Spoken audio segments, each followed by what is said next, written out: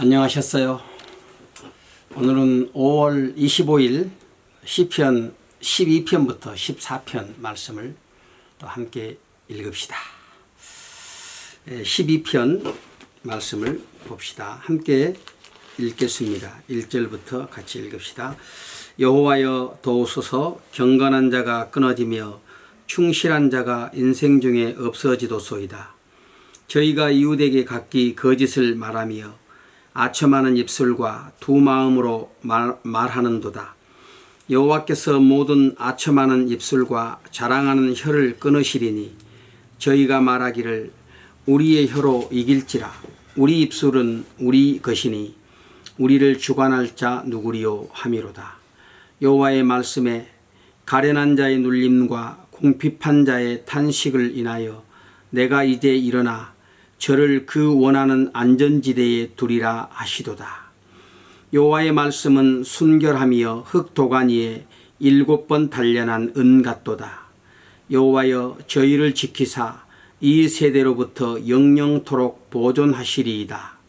비루함이 인생 중에 높아지는 때에 악인이 처처에 횡행하는도다. 시편 12편은 경건한 자가 끊어지고 또 충실한 자가 인생 중에 없어져가는 그런 세상을 보면서 안타까워하며 탄식하는 노래입니다. 오늘 시편의 저자인 다윗은 사람들 사이에 오고 가는 여러 가지 말들과 또 그들의 사상 속에 하나님이 없는 것을 인해서 탄식하고 있습니다. 그 마음에 하나님을 두지 않고 또 하나님의 말씀을 무시하는 자들은 항상 사람을 의지하고 또 자기를 자랑하고 자신보다 약한 이웃들을 업신여기고 짓밟는 일들을 서슴지 않고 행합니다. 다윗은 그 일을 보는 것을 굉장히 힘들어 했습니다.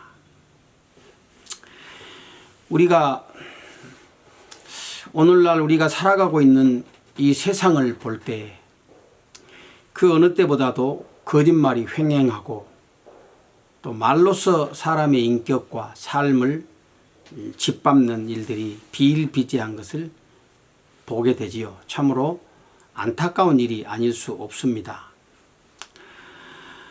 그 마음에 하나님 두기를 싫어하는 사람들은 마음에 하나님을 두려워함이 없는 사람들은 언제나 자기 자신만의 유익을 위해서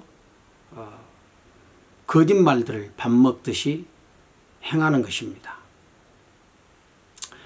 자, 이러한 때에 다윗은 그의 시선을 하나님께로 돌립니다. 그래서 하나님의 도우심을 구하고 있지요.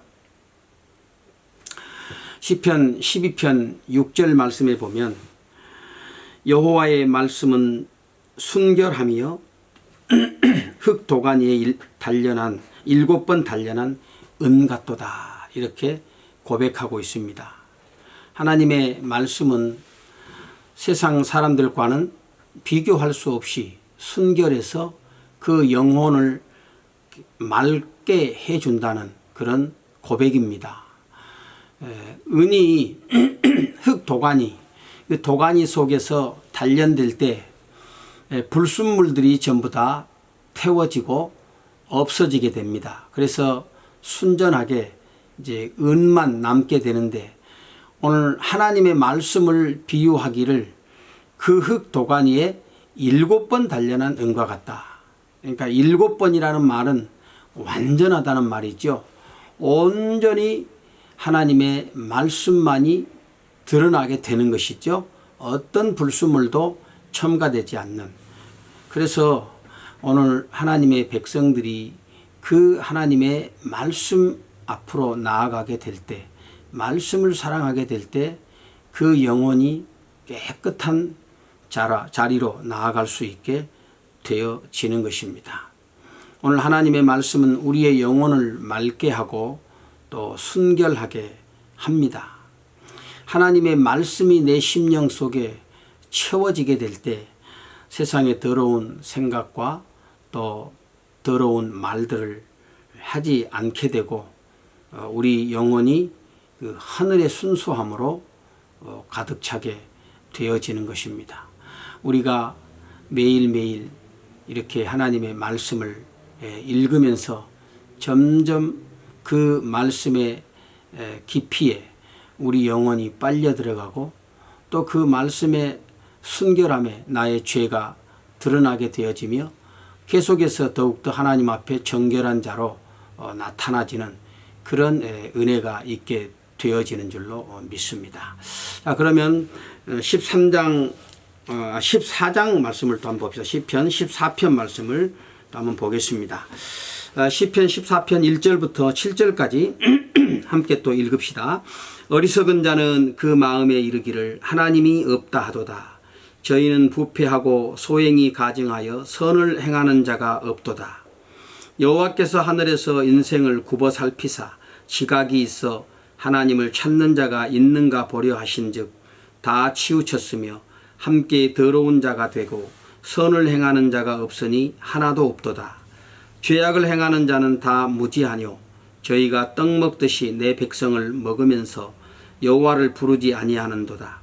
저희가 거기서 두려워하고 두려워하였으니 하나님이 의인의 세대에 계심이로다.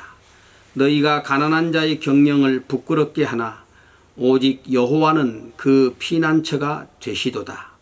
이스라엘의 구원이 시온에서 나오기를 원하도다. 여호와께서 그 백성의 포로된 것을 돌이키실 때에 야곱이 즐거워하고 이스라엘이 기뻐하리로다. 어리석은 자에 대해서 이야기하죠. 어떤 사람이 어리석은 사람인가? 오늘 여기 다윗은 마음에 하나님이 없다고 생각하는 그 사람이 어리석은 사람이다 이렇게 말합니다. 그런 사람은 필연적으로 그 삶에 어떤 경향들이 나타나게 되느냐 하면 부패하고 소행이 가증하여 선을 행하지 않는다 이렇게 말씀을 하죠.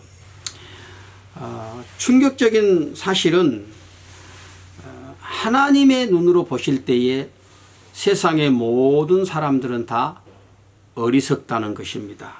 오늘 거기 말씀에 보면 2절에 여호와께서 하늘에서 인생을 굽어 살피사 지각이 있어 하나님을 찾는 자가 있는가 보려 하신즉 다 치우쳤으며 함께 더러운 자가 되고 선을 행하는 자가 없으니 하나도 없도다.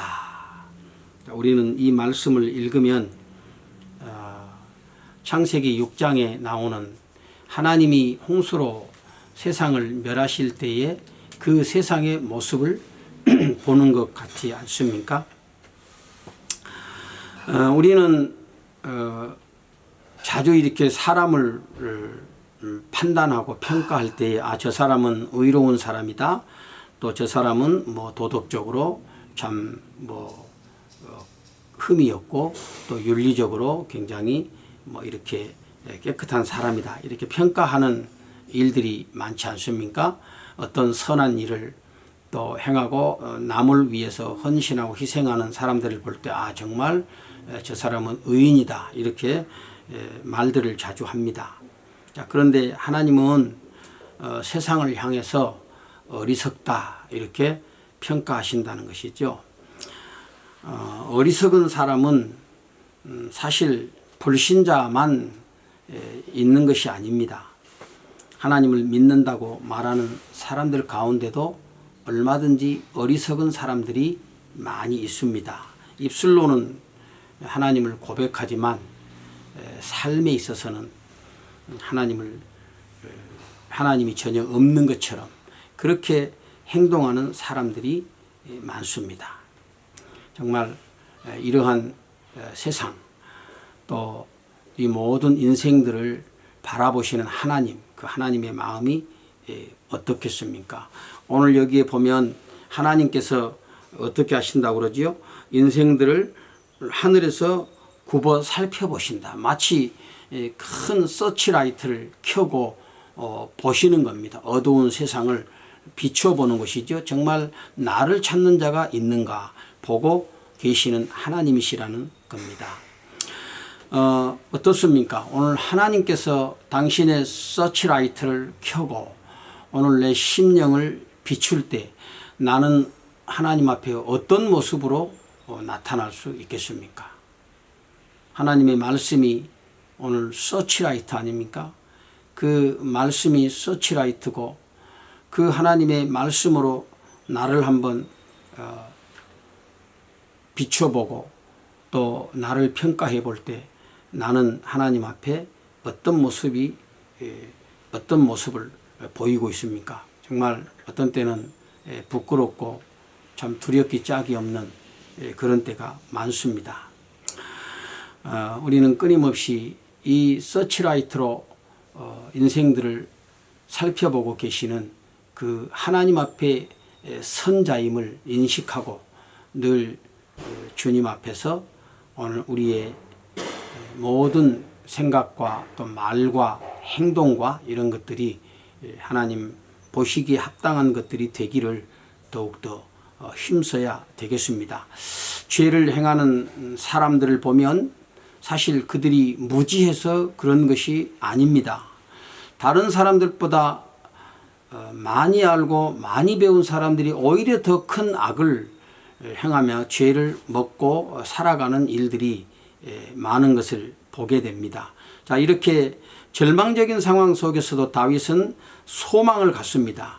하나님의 구원을 소망하죠. 14장 7절에 보면 이스라엘의 구원이 시온에서 나오기를 원하도다 그랬습니다. 오늘 나 같은 죄인을 사랑하시고 나를 구원하시려고 더 이상 어리석은 자로 살지 않게 하시려고 하나님의 독생자 예수 그리스도께서 십자가에서 나의 모든 허물과 죄를 용서해 주신 것을 우리는 감사하고 주님 더욱더 말씀 중심으로 살아가게 해주시고 하나님의 성령으로 충만하게 하셔서 정말 주님이 나를 비추실 때에 우리 주님 앞에 흠없는 자로 설 수 있는 자가 되게 해 주옵소서. 오늘 그것이 또 우리의 기도의 제목이 되면 더 좋겠습니다. 오늘 또 주님 안에서 하루 또 승리하는 삶을 살기 바라고 내일 함께 또 하나님의 말씀을 읽도록 합시다.